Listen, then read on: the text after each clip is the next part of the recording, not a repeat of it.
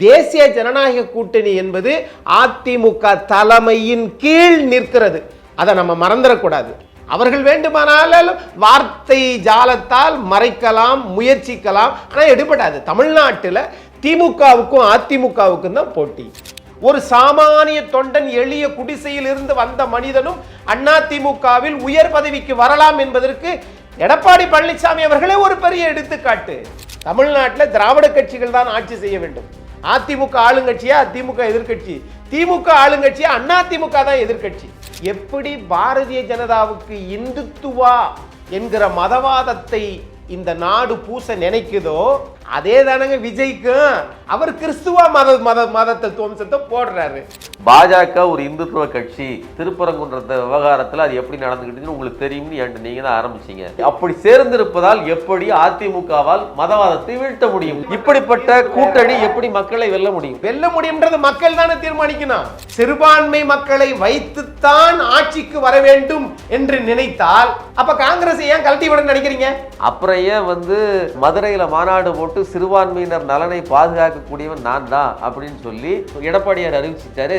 இதுல நிறைய இந்த சமூக வலைதளங்கள் வந்ததனால பாருங்க, இப்ப பேசி போடுறோம், 1 மில்லியன் வியூஸ் போயிருச்சுன்னா அவங்கள முதலமைச்சர் ஆக்கிருமா இல்ல சேர்மன் ஆக்கிருமா?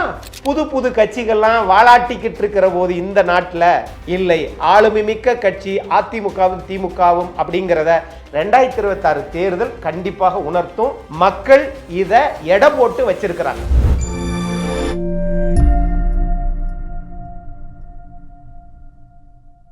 ஸ்பார்க் பிளஸ் நேயர்களுக்கு வணக்கம். இன்று நம்மோடு பேச இருக்கிற அரசியல் ஆளுமை, அரசியல் விமர்சகர் மற்றும் மூத்த வழக்கறிஞர் திரு அக்னீஸ்வரன் அவர்கள். வணக்கம் சார். வணக்கம் சார். அதிமுக அது என்டிஏ கூட்டணி அப்படிங்கிற வார்த்தையைத்தான் பாஜக தரப்பிலிருந்து பெரும்பாலும் சொல்கிறார்கள். ஒன்று. இன்னொன்று, அதிமுக தலைவர் பொதுச் செயலாளர் எடப்பாடியார் அவர்களை அவருடைய பேரை குறித்து பாஜக தலைவர்கள் யாரும் பேசுவதில்லை. இப்போ இன்னைக்கு ஒரு சட்டமன்ற தேர்தல் நடக்க இருக்குது 2026. அந்த தேர்தலை முன்னிறுத்தி நீங்கள் ஒரு போட்டியை கணக்கிடும் போது இந்த பக்கம் முதல்வர் ஸ்டாலின் அப்படின்னு சொன்னால் இன்னொரு பக்கம் எடப்பாடியார் தானே சொல்லணும். ஆனால் பாஜக தரப்பிலிருந்து அந்த வார்த்தைகள் வரமாட்டேங்குதே ஏன்? இல்லை, பெத்த பிள்ளைக்கு அப்பா பேர் தானே வைப்பாங்க.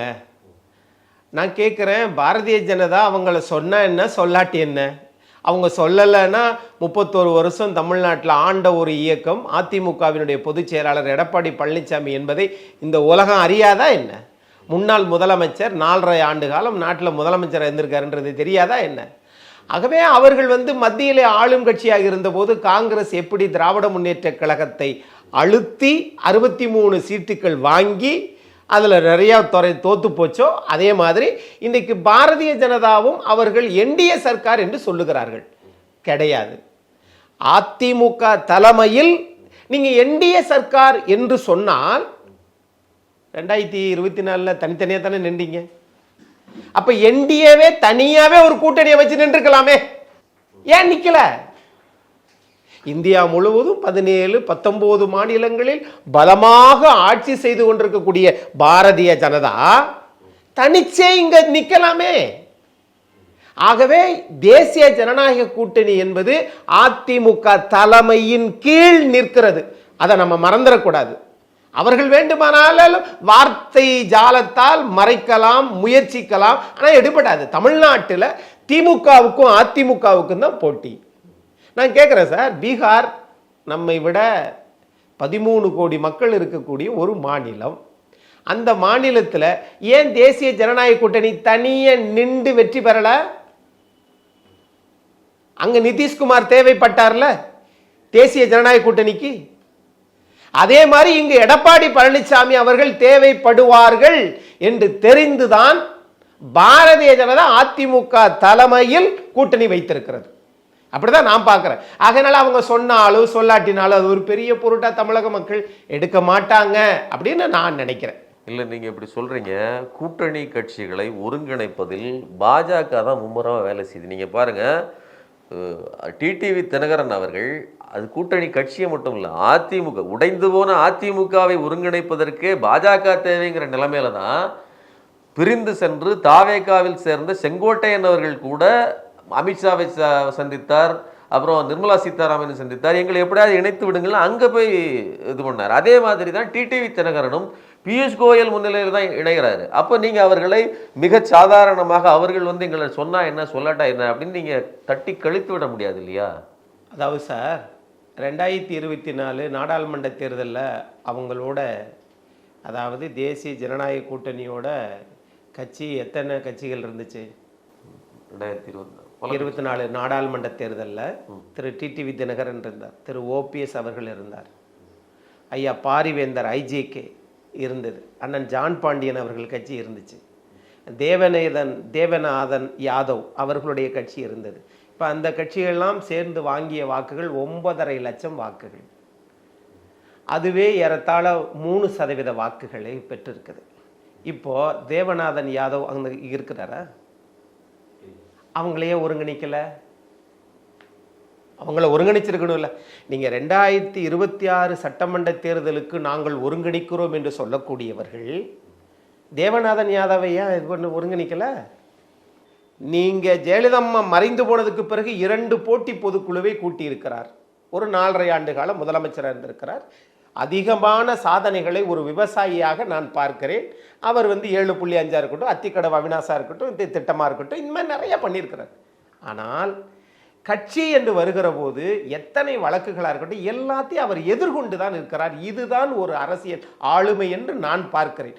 இதைவிட ஒரு மிகப்பெரிய ஆளுமை பிற்காலத்தில் வந்தால் அதையும் நான் ஆதரிப்பேன், ஏற்றுக்கொள்வேன். ஆனால் அதிமுக என்கிற ஒரு மாபெரும் இயக்கம், 8வது வள்ளல் புரட்சித் தலைவர் பொன்மனச்செம்மல் உருவாக்கின அந்த இயக்கம் அது ஏழைகளுக்கானது. இன்னைக்கு வேண்டுமானால் அதிமுகவுக்குள்ள நான் பெரிய ஆளு, நீ பெரிய ஆளு, உங்ககிட்ட இவ்வளோ பணம் இருக்கு, என்கிட்ட இவ்வளோ பணம் இருக்கு அப்படின்ற ஒரு தன்முனைப்பு, ஈகோ இருக்கலாம். ஆனால் எல்லா பேரும் நம்மை வளர்த்து ஆளாக்கியது. நாம் ஒன்று கேம்பிரிட்ஜ் யூனிவர்சிட்டிலையோ அண்ணா பல்கலைக்கழகத்திலேயோ பிஇ டாக்டர் பட்டம் வாங்கலைங்க. ஒரு சாமானிய தொண்டன் எளிய குடிசையில் இருந்து வந்த மனிதனும் அதிமுகவில் உயர் பதவிக்கு வரலாம் என்பதற்கு எடப்பாடி பழனிசாமி அவர்களே ஒரு பெரிய எடுத்துக்காட்டு. தமிழ்நாட்டில் திராவிட கட்சிகள் தான் ஆட்சி செய்ய வேண்டும். அதிமுக ஆளுங்கட்சியா திமுக எதிர்கட்சி, திமுக ஆளுங்கட்சியா அதிமுக தான் எதிர்கட்சி. ஆக அந்த நிலைப்பா. ஆனா அதுக்காக ரெண்டுமே செம்ம கட்சிப்பா, எந்த ஊழலும் செய்யலப்பா, ஏதோ அமலாக்கத்துறையில் எந்த பிரச்சனையும் இல்லை என்று சொல்ல வரவில்லை. இருக்கத்தான் செய்கிறது. ஒரு நாடு என்றால் அதில் நல்லவர்களும் இருப்பார்கள், கெட்டவர்களும் இருப்பார்கள். ஆனால் அந்த அரசாட்சி நடத்துகிற கட்சி தூய்மையான கட்சியா? உருவாக்கின தொண்டன் இல்லை, தலைவன் தூய்மையான மனிதரான்னு கேட்டால் அதிமுக தான். ஆகையினால அவங்க சேர்க்கிறாங்கன்னு சொன்னா இதுல 2 கருத்து சுமன் கவி சார், இதுல 2 கருத்து தமிழ்நாட்டில் ஊடகத்தில், எழுத்து ஊடகம், காட்சி ஊடகத்தில் பேசப்படுது. அதை நான் ஏத்துக்கிறல.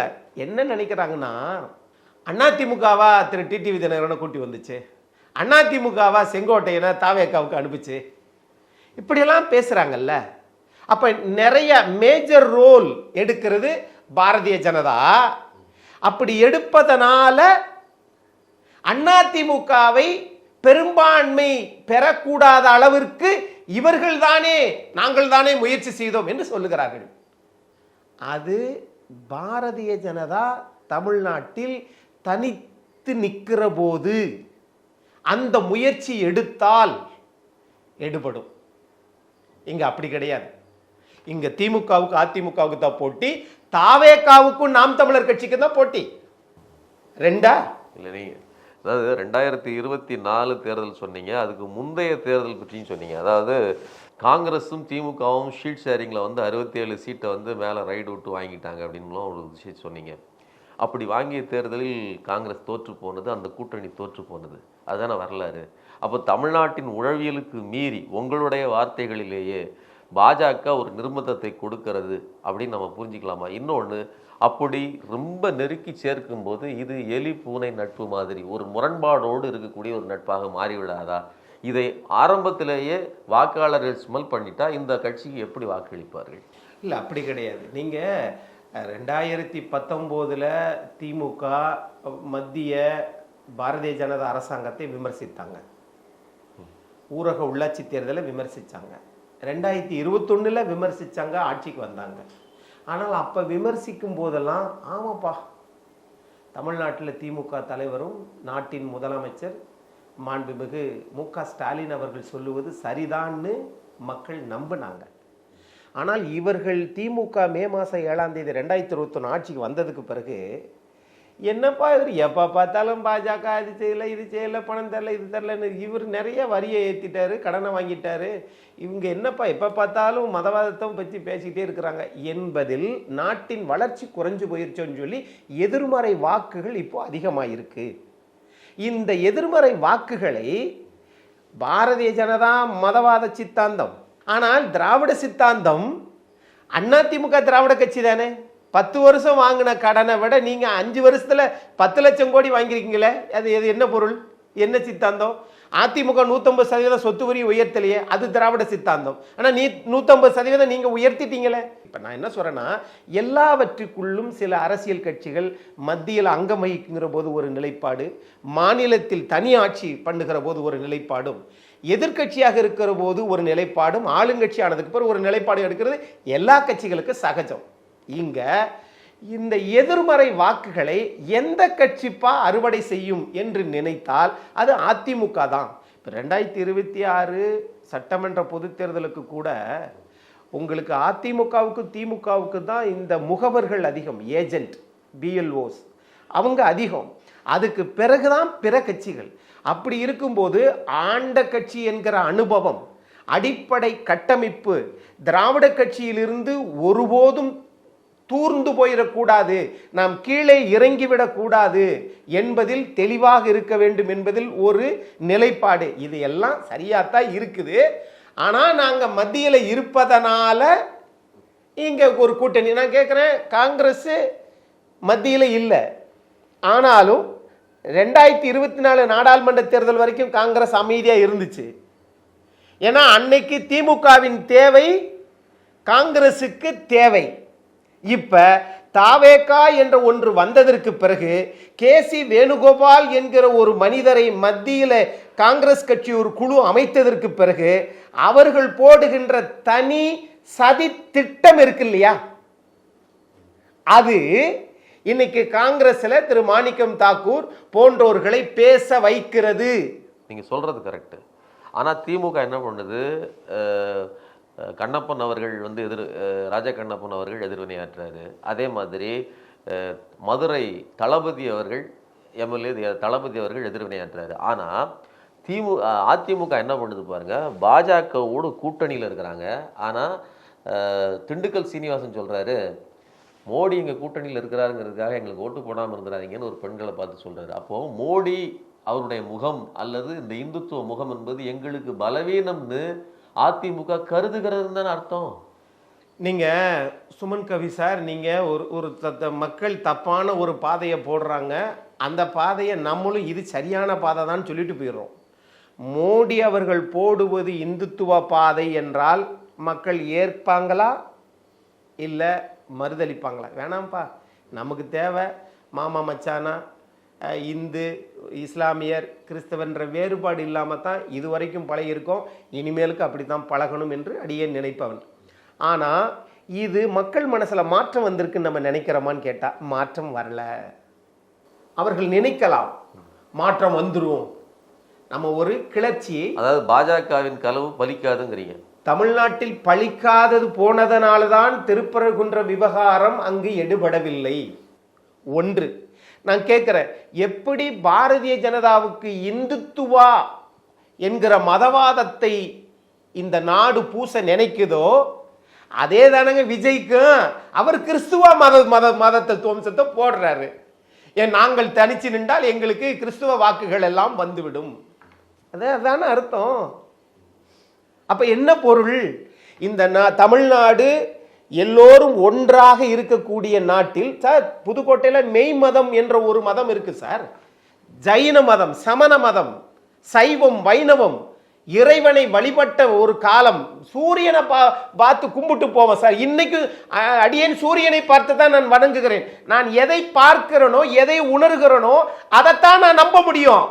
பார்க்காத ஒன்றை, அறியாத ஒன்றை, உணராத ஒன்றை நாம சொன்னோம்னு வச்சுக்கோங்களேன், அது என்னது? அது மூட நம்பிக்கையின் வெளிப்பாடு சார். சிம்பிளா சொல்றேன், இந்த மதவாதம் தமிழ்நாட்டில் எடுபடாது. பாஜக உங்களுடைய பேச்சிலிருந்து நான் புரிஞ்சுக்கிடுறேன். ஆனா இந்த மதவாத சக்திகளோடு தான் அதிமுக கூட்டணி வச்சிருக்குது. ஒரு மதவாத சக்தியோடு கூட்டணி வைத்து மதவாதத்தை எடுபடாமல் செய்வது சாத்தியமா? ஒன்று. இன்னொன்று, திருப்பரங்குன்ற விவகாரத்தில் அதிமுகவின் நிலைப்பாடு என்ன? அதை நீங்கள் கிளாரிஃபை பண்ணீங்களா? மக்கள் பக்கம் நின்னீங்களா அல்லது பாஜக பக்கம் நிற்கிறீங்களா? சொல்கிறேன். நீங்கள் முதல் கேள்வி என்ன கேட்டீங்க? மதவாதம் எடுபடாது. காங்கிரஸை ஏன் திமுகவின் தலைவர் ஏன் இன்னும் வச்சிருக்கிறாரு? சிறுபான்மை வாக்குக்காகத்தானே. அப்போ உங்களுக்கு ஆட்சி அதிகாரத்தில் ஒத்து வராது என்று சொல்லக்கூடிய திமுகவின் தலைவர் காங்கிரஸ் ஒத்து வராது என்று சொன்னதற்கு பிறகும் காங்கிரஸ் ஏதாவது அதுக்கு பதில் வினை ஆற்றிருக்கா? இல்லை. ஏன் தெரியுமா? காங்கிரஸ்க்கு அவ்வளவுதான். முன்னாடி 25 கொடுத்தாங்க 2021. இப்போ 18 தான் கொடுப்பாரு, அதில் 10 தான் ஜெயிக்கும்னு முதலமைச்சர் அவர்களுக்கு உளவுத்துறை ரிப்போர்ட்டு போயிருக்கு. அதனால் நீங்கள் பண்ணுவதும் மதவாதம் தான்.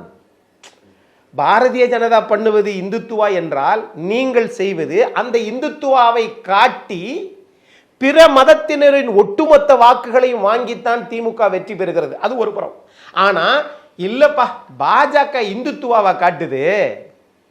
நடிகர் விஜய் கிறிஸ்டின் ஓட்டை பிரிக்க போறாரு. சார், நான் சொல்றது உங்களுக்கு புரிதா இல்லையா? ஏற்கனவே அதிமுக மதவாதத்தை எதிர்க்கிறது அல்லது ஏற்றுக்கொள்ளவில்லை. எம்ஜிஆர் இருக்கிற தண்டி ஏத்துக்கல. ஜெயலலிதா அவர்கள் மோடியா லேடியான்னு கேட்டாங்க. இப்பயும் அப்படிதான். அப்போ எதிர்க்காத, அதாவது மதவாதத்தை ஏற்றுக்கொள்ளாத ஒரு கட்சி, இன்னொன்னு அந்த கட்சி தலைமையே ஏற்றுக்கொள்ளாத பாஜக இதோடு கூட்டணி சேருவது என்பது எப்படி நீங்க ஒரு வெற்றியை தரும்? ஒரு கட்சி இப்ப ஓவைசி Z+ பாதுகாப்பு கொடுத்தாரு. யாரு? இந்திய நாட்டின் உள்துறை அமைச்சர். எனக்கு வேணான்னாரு. அப்படின்னா பாஜக இஸ்லாமியர்களுக்கு கட்சி கூட்டணி வச்சிருக்கு அப்படின்னு அர்த்தமா? அப்புறம் ஏன் நீங்க இந்துத்துவான்னு பாஜக வேற முத்திர குத்துறீங்க? அந்த கேள்வி வரும்ல. சார், நான் குத்தல, நீங்க தான் சொன்னீங்க. ஆகையினால நீங்க தான் சொன்னீங்க. இல்ல திருப்பரங்குன்றம் நீங்க சொன்னதுனால நான் சொன்னேன். நீங்க தான் முதல்ல சொன்னீங்க. நீங்க திருப்பரங்குன்றம் சொன்னதுனால சொன்னேன். ஆனால் நீங்க கேட்டீங்க இந்துக்கள் பக்கமா அல்லது யார் பக்கம்னு கேட்டாங்க. அதிமுக நீதியின் பக்கம், மக்களின் பக்கம், அரசாங்கத்தின் பக்கம். இதே 2013-14 இதே தீர்ப்பு வந்துச்சுல. அன்னைக்கு இந்த பிரச்சனை நடந்துச்சா திருப்பரங்குன்றத்துல? 2017 முன்னாள் மாண்புமிகு முதலமைச்சர் இன்றைக்கு எதிர்க்கட்சி தலைவர் எடப்பாடி பழனிசாமி அவர்கள் 17 இருந்தார்ல. இந்த பிரச்சனை வந்துச்சா? ஏன் வரல? திமுக அதை காட்டி ஒரு மதச்சாயம் பூசி உங்கள் பாதுகாவலன் என்று ஒரு போலி பிம்பத்தை கட்டமைக்குது. இதுதான் உண்மை. திருப்பரங்குன்றம் அது இருக்கட்டும். ஜிஆர் சுவாமிநாதன் எப்படி நடந்துகிட்டாரு, பாஜகக்காரர்கள் எப்படி, அது வேற. அது வேற. இதெல்லாம் அரசியல் கட்சி என்பது அவங்க எடுத்த வியூகத்தை விடுங்க. நீங்க நீதியரசர் போட்டது ஒரு ஈஓ செயல் அலுவலர் கொண்டு போய் ஒரு 4-5 பேரை வச்சு மேல அந்த விளக்கை ஏற்றிட்டு வந்துருங்கன்னா அன்னைக்கே அவங்களா தெரியாம போய் ஏற்றிருந்தா வேலை முடிஞ்சு போயிருக்கும். இல்ல நாங்க முடியாது. அதான் பிரச்சனை. அதுக்குள்ள போல சார், நான் கேட்கறதுங்கிறது பாஜக ஒரு இந்துத்துவ கட்சி, திருப்பரங்குன்ற விவகாரத்தில் அது எப்படி நடந்துக்கிட்டுன்னு உங்களுக்கு தெரியும்னு என்கிட்ட நீங்க தான் ஆரம்பிச்சீங்க. அப்படி இருக்கும்போது அதோடு சேர்ந்திருப்பதால் தீர்ப்பு வேற இல்ல, இது அப்படி சேர்ந்திருப்பதால் எப்படி அதிமுகவால் மதவாதத்தை வீழ்த்த முடியும்? இப்படிப்பட்ட கூட்டணி எப்படி மக்களை வெல்ல முடியும்? நீங்க அதை வெல்ல முடியும்ன்றது மக்கள் தானே தீர்மானிக்கணும். அது எப்படி திமுக நாங்க திருப்பரங்குன்றத்தை நல்லா கையாண்டுட்டோம் அப்படின்னு சொல்லி இந்த ஒரு பிரச்சனையே வச்சே நாங்க வென்றுவோம்னு நீங்க நினைக்கிறீங்களா? இந்த நாட்டில் மதம் மட்டும்தான் மனிதனுக்கு டெய்லி அரிசி விலையை தீர்மானிக்குதா, பால் விலையை தீர்மானிக்குதா? பஸ் கட்டணத்தை நீங்க முக்கியமான நேரத்தில் இந்த பேட்டரி காரை போடுறீங்களே, அதெல்லாம் அதை தான் தீர்மானிக்குதா? பெட்ரோல் விலையை அதான் தீர்மானிக்குதா? அதை விடுங்க சார். திராவிட முன்னேற்ற கழகம் ஆட்சிக்கு வரதுக்கு முன்னாடி இவ்வளவு தேர்தல் அறிக்கையில் சொன்னாங்களே. இப்போ 2026 தேர்தல் அறிக்கையில் 2 பக்கம் தான் வரும். நிறைய யாரும் பேசிக்கிற மாட்டாங்க. இந்த திமுக ஆட்சி என்பது இவ்வளவு நாள் விட்டுட்டீங்க. இந்த 5000 ரூபாய் எதுக்கு அவ்வளவு பணம் போடுறீங்க? பயம், பதட்டத்தின் வெளிப்பாடு. 2வது, நீங்கள் ஏன் இப்போ மடிக்கணினி தரேன்றீங்க? ஏன் அவ்வளோ முன்னாடி கொண்டு வரலை? இப்போ இது எல்லாமே இப்போ பொருளாதாரம் சீராயிடுச்சுன்றாங்க. பொருளாதாரம் சீராகலை சார். பத்திரப்பதிவு கட்டணம் உயர்த்திருக்கிறாங்க பல மடங்கு. பத்திர ஆபீஸில் கூட்டமே இல்லை. இதுதான் அங்கே நடக்குது. ஆகையினால இவ்வளவு நடந்துட்டு இருக்கிற போது இப்படி கேட்குறீங்கள. நீங்கள் அதிமுகவின் பொதுச் செயலாளர், அதிமுக இது இந்த மாதிரி பாரதிய ஜனதாவோட இருக்காரு, இந்த கூட்டணி எப்படி இதாகும்? எந்த கூட்டணி யாருடன் வச்சாலும் மக்கள் ஒரு தெளிவான தராசை தூக்கி எடை போட்டு பார்ப்பாங்க. எப்பா இது நமக்கு தேரும், நம்மளை பாதுகாப்பாங்கன்னு நினச்சா அந்த கூட்டணியை ஆதரிப்பாங்க, இல்லைன்னா ஓட்டு போட மாட்டாங்க. ஆனால் எப்போது பார்த்தாலும் தமிழ்நாட்டில் ஒரு இழுபறி அரசாங்கத்தை மக்கள் கொண்டு வர மாட்டாங்க. கூட்டம் இருக்கிறதா, தாவேகா பக்கம் கூட்டம் இருக்கிறதா, இருக்குது. ஆனால் அந்த கூட்டங்கள் எல்லாம் ஓட்டுக்களாக மாறுமா? கலைஞர் கருணாநிதி தமுக மைதானத்தெல்லாம் சொல்லுவார், எல்லாம் கூட்டம் என் பேச்சை கேட்க வரீங்க, ஓட்டு போடும்போது மட்டும் அப்படியே மாற்றி ரெட்டலைக்கு போட்டுறீங்களே ஏப்பா அப்படின்னு கேட்பார். அந்த மாதிரி அது அவருடைய எழுத்தும் பேச்சும் ஒருபுறம். ஆனால் நிர்வாகத்திறன் என்று வருகிற போது புரட்சி தலைவர் எம்ஜிஆரினுடைய வழியில் வந்த அதிமுக தான் இந்த நாட்டிற்கும் மக்களுக்கும் தேவை. இந்த குளறுபடி அடிக்கடி சொல்லிட்டே இருக்கிறாங்க. என்னன்னா பாஜகவும் சேர்ந்துருச்சா, என்டிஏ சர்க்கார் சொல்றாங்களா, அது தேர்தலுக்கு பிறகு பார்க்கலாம். மதவாத விவகாரத்தில் அவர்கள் சமரசம் செய்து கொண்டார்கள் நான் வேணா எடுத்துக்கிட்டேன். ஏன்னா அதுல சமரசம் செய்து கொள்ளல, இல்ல எதிர்வினை சரியா ஆற்றல.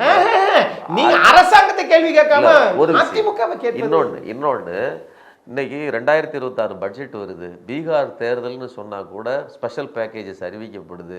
அதே மாதிரி இங்கே சந்திரபாபு நாயுடுக்கு ஆந்திராவுக்கு ஸ்பெஷல் பேக்கேஜஸ் அறிவிக்கப்படுது. ஆனால் தமிழ்நாட்டுக்கு தேர்தல் வருகிறது.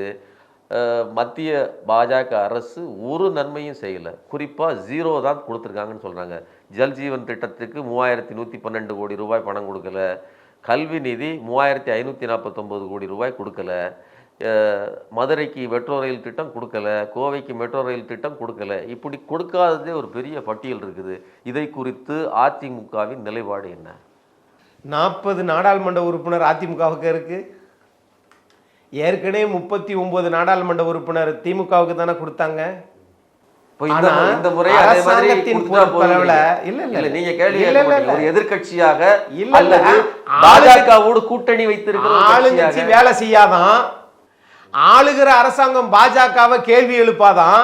58 நாடாளுமன்ற உறுப்பினர்கள் ராஜ்யசபாவிலும் லோக்சபாவிலும் இருந்தாங்க. அன்னைக்கு காவேரி இதுக்காக 22 நாள் முடக்கி அன்றைக்கு இருந்த உமாபாரதி நீர்ப்பாசனத்துறையினுடைய இந்திய மத்திய அமைச்சர் அதை அரசிதழில் போட வச்சாங்க. 2007 உங்களுக்கு காவேரி நடுவர் மன்ற தீர்ப்பு. இன்னைக்கும் நீட் விலக்கு தமிழக அரசாங்கம் கேட்குது. 234 எம்எல்ஏல 4 எம்எல்ஏ தவிர 200 எம்எல்ஏவும் ஆதரவு கொடுத்தும் திமுகவினால் செய்ய முடியவில்லை. ஆனால் 7.5 இந்தியாவில் எந்த மாநிலத்தில் அவங்க கொண்டு வந்திருக்காங்க. ஆனா அதிமுக செஞ்சிச்சுன்னு சொல்றதுக்காக இல்லை. 5 நீதிபதிகள், உச்சநீதிமன்ற நீதிபதிகள் போட்ட தீர்ப்பு, 11 நீதிபதிகள் நிரந்தர தீர்ப்புக்காக தமிழக அரசு இந்த 5 ஆண்டு காலத்தில் ஏன் நடவடிக்கை எடுக்கல? மக்கள் கேட்க மாட்டாங்களா என்ன? ஆகவே இவை எல்லாமே மக்கள் பார்த்துட்டு இருக்கிறாங்க. ஏப்பா திமுக சொல்லுவாங்கப்பா, ஆனால் செய்ய மாட்டாங்க சார். Very good. நீங்க என்ன சொல்றீங்க? 40 எம்பிக்கள் இங்கே திமுக கூட்டணியில இருக்காங்க, இந்தியா கூட்டணியில. அவர்கள் எதிர்த்து பேசுறாங்க, அதை விட்டுருவோம், அதுக்குள்ள பயன் இல்லை. இல்ல நான் கேட்கறேன், பயன் இல்லை, ஓகே. ஆனா எவ்வளவு எதிர்த்து பேசியும் போராடியும் கொடுக்காத பாஜக 0 கோழி முட்டையை படம் போட்டு காட்டுறாங்க திமுக. இதைத்தான் தமிழ்நாட்டுக்கு கொடுத்துருக்கு. நான் என்ன சொல்றேன், தமிழ்நாட்டில் தான் தேர்தல் வருது, தமிழ்நாட்டின் எதிர்கட்சி தான் அதிமுக. இப்படி ஒன்றுமே கொடுக்காத ஒரு கூட்டத்தோடு மதவாத சக்தியோடு கூட்டணி அமைத்தால் எப்படி வெற்றியை பெற முடியும்? அதான கேள்வி. நீங்க பாரதிய ஜனதாவை மதவாத கட்சின்னு சொல்லக்கூடிய நீங்க, நான் சொல்ல, நீங்க தான் ஆரம்பம், நான் தான் சொல்றேன். கரெக்ட். சீனிவாசன் சொல்றாரு, விடுங்க. இல்ல மோடி எங்களோட அப்படி சொல்லல, இல்ல மோடி எங்களோட இருக்கிறார் என்பதற்காக சரி சார், சரி சார். இங்க திமுக மதவாதத்தை சமமா பாக்குது, கரெக்டா? அதனாலதான் திமுக காங்கிரஸ் கலட்டி விடல. சிறுபான்மை வாக்குகளுக்காகவும் பிற மதத்தின் வாக்குகளை பெற வைப்பதற்கு காங்கிரஸ் தான் நமக்கு தேவை என்பதனாலதான் திமுகவின் தலைவர் காங்கிரஸ் வெளியேற்ற விடாம இருக்கார். பெரும்பான்மைங்கிற வார்த்தையிலே பலவீனமானதுன்னு அர்த்தம். அது எப்படி? அதுதானே நடக்குது. பெரும்பான்மை வாதம் தான் மதவாதம். அதெல்லாம் கிடையாது. அதுக்குள்ளே போகாதீங்க. பெரும்பான்மை தேவையே கிடையாது. ஒரு அரசு பெரும்பான்மையாக இருக்கிற அரசு சிறுபான்மை மக்களை வைத்துத்தான் ஆட்சிக்கு வர வேண்டும் என்று நினைத்தால் அப்ப காங்கிரஸ் ஏன் கழட்டி விட நினைக்கிறீங்க? அப்புறம் ஏன் மதுரையில மாநாடு போட்டு சிறுபான்மையினர் நலனை பாதுகாக்கக்கூடியவன் நான் தான் அப்படின்னு சொல்லி இவர் எடப்பாடியார் அறிவிச்சிட்டாரு. 26 மட்டும் இல்ல 29, 31 கூட பாஜகவோட கூட்டணி கிடையாதுன்னு சொன்னாங்க இல்லையா? ஆளுகிற கட்சியே முத்தமிழ் முருகன் மாநாடு நடத்தலாம் ஆளுங்கட்சி, அது மாதிரி கூடா நட்பு கேடாய் முடியும் என்று காங்கிரஸை கலட்டி விட்டு. 2023 இருந்து 24 ஒரு வருஷம் இடைவெளி தான். அதுக்குள்ள பாஜக முற்றிலுமாக சிறுபான்மையினருக்கு நலம் வாய்ந்த ஒரு கட்சியா மாறிட்டா எந்த அடிப்படையில் அதிமுக சேருகிறது? 2024 இருந்து 2026க்குள்ள காங்கிரஸ் சிறுபான்மை மக்களுக்கு எதிராக மாறிடுச்சா? ஏன் கலட்டி விட நினைக்கிறீங்க திமுக? ஏன் சார் பாராளுமன்றத்தில் இந்திய நாட்டின் எதிர்க்கட்சி தலைவர் ராகுல் காந்தி பேசுறாரு, ஒரு திமுக எம்பி நாடாளுமன்ற உறுப்பினர் கூட இல்ல, எல்லாம் வெளியே போயிட்டாங்க. அப்ப என்னது உங்க நிலைப்பாடு? உத்தி சொல்றீங்க சார். நான் இப்ப அதிமுக உண்மை அதுதான். நான் என்ன கேட்கிறேன்னா, நான் கேட்பது நீங்க சரியா புரிஞ்சுக்கங்க. பாஜகவோடு கூட்டணி சேர்ந்து எப்படி அதிமுகவால் திமுக ஆட்சியை வெல்ல முடியும்? திண்டுக்கல் சீனிவாசனே சொல்றாரு இல்லையா, இது எங்களுக்கு முடியாது சார். நீங்க கட்சியின் பொதுச் செயலாளர் சொல்றாரா? ஒரு கூட்டணி இப்படி கேட்காதீங்க. நீங்க அதவே 3 முறை கேட்டுட்டீங்க. திண்டுக்கல் சீனிவாசன் இஷ்யூ 3 முறை கேட்டுட்டீங்க. கேசி வேணுகோபால் 3 மாசம் ஆகியும் திமுக தலைவர் எந்த முடிவும் எடுக்காம இருக்காரு, காங்கிரசும் போகாம இருக்குதே. போனா திமுக தோத்துரும் நினைக்கிறீங்களா? இல்ல எதிர்மறை வாக்குகள் அதிகமா இருக்குது, காங்கிரஸை கலட்டி விடக்கூடாது, ஆனா ஆட்சி அதிகாரத்தை பங்கு கொடுத்துடக்கூடாதுன்னு நினைக்கிறீங்களா? அது மாதிரிதான் திமுக எப்படி காங்கிரஸை ஒரு பிரச்சனையாக நினைக்கிறதோ அப்படிதான் இப்ப அதோட நிறுத்திக்கிட்டேன். பாஜகவை சுமையாக கருதுகிறது. அதனாலதான் அது உங்க கருத்து. அதனாலதான் திமுகவுக்கு பின்னாடி தான் காங்கிரஸ் நிக்குது, அதிமுகவுக்கு பின்னாடி தான் தேசிய கட்சி பாஜக நிக்குது. இங்க தாவேகாவுக்கும் நாம் தமிழர் கட்சிக்கு தான் போட்டி. நீங்க அப்படி சொல்றீங்க, வெரி குட், உண்மை அதுதான். நீங்க அப்படி சொல்றீங்க. ஆனா விஜய் இங்கே திமுகவுக்கும் தாவேகாவுக்கும் மட்டும்தான் போட்டியே, மற்றவங்க எல்லாம் கேம்ல இல்லை, களத்திலே இல்லைன்னு பேசுறாரு. இதை நீங்க எப்படி பாக்குறீங்க? அது அவருடைய கருத்து சார், அது ஒரு பெருசா எடுத்துக்கிறாங்க சார். ரெண்டாவது, நீங்க உங்களுடைய கருத்துன்னு சொல்றீங்க, அதாவது நாத்தாக்காவும் நாம் தமிழருக்கும் விஜய்க்கும் இடையில தான் போட்டிங்கிறீங்க. இங்க அதிமுக பற்றி அவர் குறிப்பிடவே மாட்டேங்கிறாரு. தேவையில்லை. அது என்ன சொல்றது, நீங்க அவரை மிகச்சிறிய இல்ல தேவையில்லை சார். நான் என்ன கேட்கிறேன், நான் ஏன் தேவையில்லைன்னு சொல்றேன்னு கேளுங்க. தாவேகாவின் தலைவர் யாரு? விஜய், திரு விஜய். காங்கிரஸ் கட்சி பலவீனமா இருக்கு, தாவேகா கூட கூட்டணி வைங்க, அப்படி வச்சீங்கன்னா காங்கிரஸ் பலமாயிரும் அப்படின்னு சொன்னது யாரு? நடிகர் திரு விஜய் அவர்களுடைய தந்தை இயக்குனர் சந்திரசேகர். இப்போ கட்சியின் தலைவர் யாரு? கட்சியின் தலைவர் யார்? விஜய் தானே. அவர் தானே சார் சொல்லணும், காங்கிரஸ் கட்சி வாங்க, நீங்க வந்தீங்கன்னா எங்களுக்கு பலமா இருக்கும். நான் கூட சொல்லி, யாரு திரு விஜய் அவர்கள் சொல்லியோ, ஆதவ் அர்ஜுனா சொல்லியோ, பிரவீன் சக்கரவர்த்தி கூட என்ன சொல்றாரு, காங்கிரஸ் இங்க வந்தா தான் நல்லது அப்படிங்கிறாரு. அவர் மீது காங்கிரஸ் கட்சியினுடைய மாநில தலைமை நடவடிக்கை எடுத்துச்சா அல்லது மத்தியில சொல்லுச்சா? சார் நான் கேட்கறது என்னன்னா, அது மாதிரி தான் அவங்களே குழப்ப நிலையில் இருக்கிற போது நமக்கு ஒட்டுமொத்த கிறிஸ்தவர்களும் நமக்கு வாக்கு போட்டுருவாங்க. ஏன் திமுகவுக்கு கிறிஸ்தவர்களே வாக்களிக்க மாட்டாங்களா? அதிமுகவுக்கு இஸ்லாமியர்கள் கிறிஸ்தவர்கள் வாக்களிக்க மாட்டாங்களா? இந்த பாஜக என்ன சித்தாந்தம் சொல்றீங்களோ அதே சித்தாந்தம் தானே விஜயும் பண்றாருன்னு சொல்ல வரேன். திமுக என்ன நினைக்குது, எல்லா சிறுபான்மை வாக்குகளும் எங்களுக்கு நினைக்குது. அதிமுக என்ன நினைக்குது, எல்லா சிறுபான்மை வாக்குகளும் எங்களுக்கும் வரும் நினைக்குது. இதுதானே. அப்ப எல்லா பேரும் மதத்தை வச்சுதான் தமிழ்நாட்டில் 2026 ஓட்டு விழுக போதா? மக்கள் வெறுத்து போய் நிற்கிறார்கள். சார் நீங்க ஆரம்பத்தில் சொல்லும் போது திமுக அரசுக்கு ஒரு ஆன்டி இன்கம்பன்சி இருக்குன்னு சொன்னீங்க. அது ஒரு 5 வருடம் ஆண்ட எந்த கட்சியா இருந்தாலும் ஆன்டி இன்கம்பன்சி இருக்கும். ஆனால் அதை அறுவடை செய்வதற்கு பாஜகவோடு சேர்ந்து இருக்கிற அதிமுகவால் முடியுமா அல்லது புது ஃபோர்ஸான விஜயால் முடியுமா? அந்த இடத்தில் விஜய் அதிமுகவை காலி செய்கிறார், லெஃப்ட் ஹேண்டில் டீல் பண்ணுறாரு. இப்படி ஒரு கட்சியே இல்லை, நான் தான் முதல் போட்டிங்கிறாரு. இதை குறித்து அதிமுக தரப்பில் என்ன எதிர்வின்னு கேட்குறேன். அவருடைய பார்வை புரிதல் உங்களுக்கு அடுத்து, அதாவது கட்சி 2000 எப்போ ஆரம்பிச்சிங்க? அதுக்கு பிறகு 2 ஈரோடு கிழக்கு இடைத்தேர்தல் வந்துச்சே, அதில் நீங்கள் அதிமுக ஃபோர்ஸே இல்லைங்க. பார்த்தீங்களா? நாங்கள் ஐயா EVK இளங்கோவனுக்கு அடுத்து தாவேகா தான் இத்தனை வாக்குகள் வாங்கியிருக்கு அப்படின்றது ஏதாவது நிரூபணம் ஆயிருக்கா? அதனால் அவங்க இன்னைக்கு ஏதாவது ஒரு கட்சி நமக்கு கிடைக்காதா, நம்முடன் கூட்டணி வராதா? 3 வருஷமா இதுதான் சொல்றாங்க. ஆட்சி அதிகாரத்தில் பங்குன்றாங்க. அப்படி இதுவரைக்கும் தமிழ்நாட்டில் எந்த கட்சியும் கொடுத்ததில்லை. 2006 கலைஞர் அவர்கள் கொடுக்கல. மைனாரிட்டி அரசாங்கம் 96 சட்டமன்ற உறுப்பினர் வச்சு 118 பேர் இருக்கணும், 96 பேரை வச்சு தான் காங்கிரஸ் அன்னைக்கு உதவிகரமாக இருந்தது. அதை விட பாட்டாளி மக்கள் கட்சி 18 பேர் உதவி செஞ்சாங்க. வெளியிலிருந்தே ஆதரவு தெரிவித்தார் ஐயா மருத்துவர் ராமதாஸ். அப்படி இருக்கும்போது அன்னைக்கே கூட்டணி ஆட்சி இல்லைங்க. இன்னைக்கு எப்படி இது வரும்? இன்னைக்கும் திமுகவும் அதிமுகவும் தான் பலமா இருக்குது. இதுல நிறைய இந்த சமூக வலைதளங்கள் வந்ததனால ஒரு பெரிய ஒரு பாருங்க, இப்ப பேசி போடுறோம், ஒரு மில்லியன் வியூஸ் போயிடுச்சுங்க. 1 மில்லியன் வியூஸ் போயிடுச்சுன்னா அவங்கள முதலமைச்சர் ஆக்கிருமா இல்ல சேர்மன் ஆக்கிருமா? அப்படி பார்த்தா இந்த நாட்டில் பெரும் பணக்காரர் டாட்டாவும் பிர்லாவும் இருந்தாங்க. அவங்களெல்லாம் தாண்டி அதானி அம்பானி வந்துட்டாங்க. அவங்கள ஜனாதிபதி ஆக்கிருமா? அல்லது எல்லா மாநிலத்துக்கும் உங்க உதவியாளரே அம்பானி தென்னிந்தியா முழுவதும் ஒரு முதலமைச்சரை போடுப்பா, அதானி வட இந்தியா ஃபுல்லா பார்த்துக்கிறட்டும்பா, ஒரு முதலமைச்சரை போடு, கவர்னரை போடு சொல்லலாமா? இது அரசியலமைப்பு சட்டம். இது ஏழை எளியோருக்கும் அனைத்து மதத்தினருக்குமான நாடு. கரெக்ட். இப்போ அதனால தான் விஜய் களத்தில் நிற்கிறாரு. ஒன்று. இன்னொன்று, நீங்க எதனால நிற்கிறாரு சார்? இல்ல எதனால நிற்கிறாரு? நான் அனைவருக்குமான நாடுன்ட்டு. இல்ல, நேற்று காலையில் அதிமுகவை சேர்ந்த வாசுதேவநல்லூர் எம்எல்ஏ கேண்டிடேட் மனோகரன்கிறவர் விஜயோட கட்சியில் தாவேக்கால சேர்ந்திருக்கிறாரு. இப்போ அதிமுக பாஜக கூட்டணியை விட இது நல்லா சாய்ஸுங்க போது அங்கே போகிறாங்க.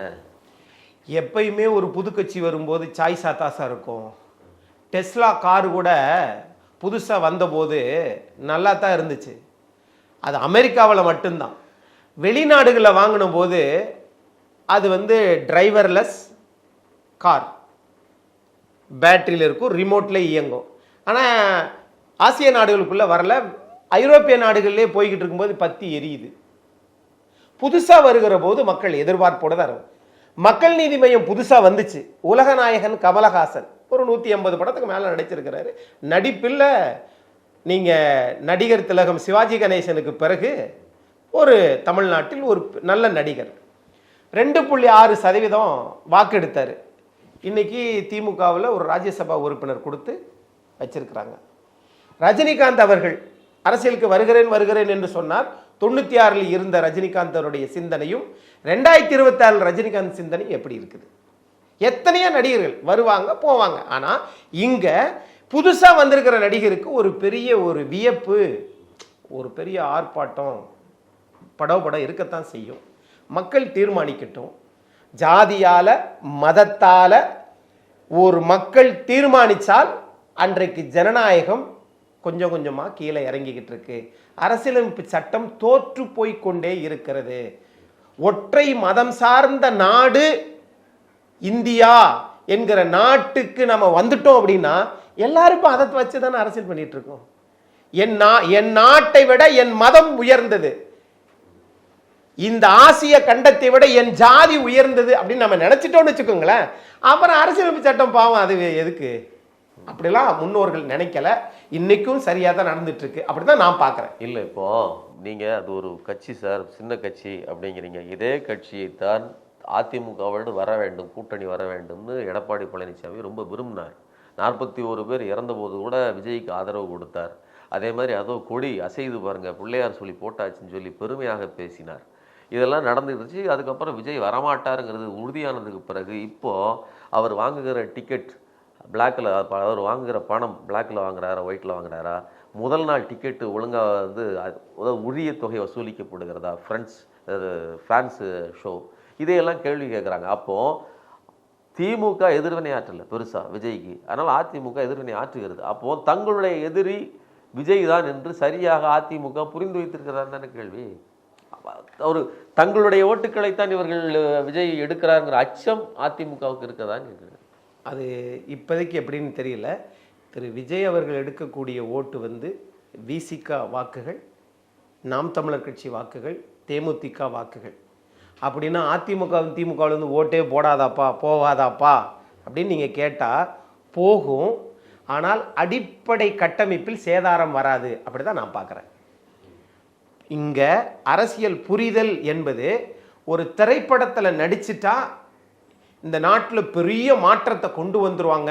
அன்றைக்கு புரட்சி தலைவர் இருந்தார், அது ஏழை எளியோருக்காகவே வாழ்ந்தார். அதற்கு பின்னாடி நான் ரொம்ப வரலாற்று பதிவுகளோடு பார்ப்பது கேப்டன் விஜயகாந்த். இல்லை, ஜெயலலிதா, VN ஜானகி இவங்கெல்லாம் விட்டுறக்கூடாது. இவங்கெல்லாம் விடல. ஆனால் அந்த வழியில் புதுசா கட்சி ஆரம்பிச்சவங்க சொல்றேன். ஒரு நடிகர் புதிதா கட்சி ஆரம்பிச்சு இன்னைக்கு கேப்டன் விஜயகாந்த் எதிர்கட்சி தலைவரா வந்தாருன்னா அதிமுகவுடன் கூட்டணி வச்சதுனாலதான் சார். திமுகவே அதிமுக அழியணும்னு விரும்பல சார். எங்களுக்கு போட்டி திமுக ஆளுங்கட்சியே அண்ணா திமுக தான் எங்களுக்கு போட்டின்னு தலைமையிலிருந்து கீழே வரைக்கும் நினைக்கிறாங்க. ஆனா அதிமுக ஒரு பெரிய பொருட்டே இல்லைன்னு நினைச்சால் யார் பண்ணுவது பிழை என்பதை மக்கள் தீர்ப்பளிப்பாங்க 2026. அப்படியாப்பா? விஜய்க்கு பதில் சொல்றீங்க. யார் பண்ணினாலும், அது பாஜக பண்ணினாலும், விஜய் பண்ணினாலும், திமுகவே பண்ணினாலும், என்னப்பா அது அமைதியா இருக்குது. திமுக எதுக்கும் பேச மாட்டேங்குது. அப்ப அவங்க சேர்ந்துட்டாங்களோ? இந்த இதுக்கெல்லாம் எல்லாத்துக்கும் ஒவ்வொரு தடவையும் மாண்புமிகு எதிர்க்கட்சி தலைவர் பதில் சொல்ல வேண்டிய அவசியம் இல்லை. அவருக்கு ஏராளமான திட்டங்களை வச்சிருக்கிறாரு. அது நடைமுறைப்படுத்தப்பட வேண்டும். நடைமுறைப்படுத்தி காட்டியவர். 60 வருஷமா அத்திக்கடவு அவிநாசி திட்டம் இருந்துச்சு, யாரும் செயல்படுத்த முடியல. 95 விழுக்காடு அவர் தான் செயல்படுத்தினார். 75 வருஷமா கண்டிகை நீர்த்தேக்கத்தை யாரும் கொண்டு வரல, நம்ம திருவள்ளூர்ல கொண்டு வந்தார். அந்த மாதிரி ஒரு தொலைதூர பார்வை, ஒரு விவசாயியாக, ஒரு எளிய மனிதராக நான் பார்க்கிறேன். அவர் அதிமுகவின் பொதுச் செயலாளர் வந்ததில் சந்தோஷம். இதுக்கு அவருக்கு பிறகு இதே மாதிரி ஒரு எளிய தொண்டன் வர வேண்டும். அப்படித்தான் அவரே சொல்றாரு. நாங்களும் அதை தான் எதிர்பார்க்கிறோம். ஆகையினால இங்க திமுகவுக்கு அதிமுகவுக்கு தான் போட்டி. இதுல இல்லைங்க, அதெல்லாம் ஒன்றும் பிரச்சனை இல்லை. அது திமுகவுக்கு காங்கிரஸ் குடைச்சு கொடுத்துட்டு இருக்கு. ஆனா அது அமைதியா இருக்கு. இங்க அப்படித்தான். நாங்க என்டிஏ சர்க்காருன்னு சொல்றாங்க, இவங்க அமைதியா இருக்கிறாங்கன்னு நினைக்கிறீங்க. அமைதியா இல்ல, பேசுப்பா பேசு. ஆனா 170 சட்டமன்ற தொகுதிக்கு மேலதான் திமுக நிற்கும். 170 சட்டமன்ற தொகுதிக்கு மேலதான், அதுக்கு குறையாதுன்னு சொல்ல வரேன்.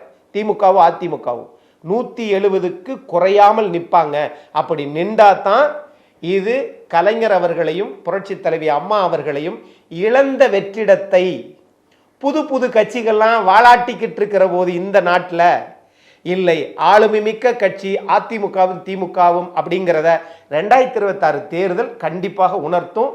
மக்கள் இதை எடை போட்டு வச்சிருக்கிறாங்க. ரொம்ப அருமையாக சொன்னீங்க. இறுதியாக ஒரே ஒரு கேள்வி. 170 சீட்டுக்கு மேலே நின்னால் மட்டும்தான், இங்கேயும் இவர்கள் 170க்கு மேலே நின்றாலும் மட்டும்தான் இந்த பெரும்பான்மை அப்படிங்கிறத ஏதாவது ஒரு கட்சி பெற முடியும். இல்லாத பட்சத்தில் நீங்கள் சொன்ன மாதிரி ஒரு தொங்கு அரசாங்கம் வரும். ஆட்சியில் பங்கு, அதிகாரத்தில் பங்குன்னு வெளியில் நின்று பேசிகிட்டு இருக்கவங்களுக்கு வாய்ப்பு வந்துடும்.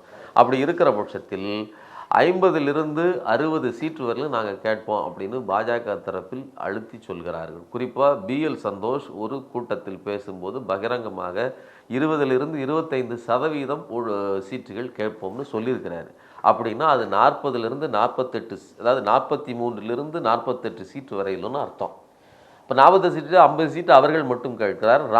ராம்தாஸ் அத்வாலே அவர் 10 சீட்டு கேட்குறாரு.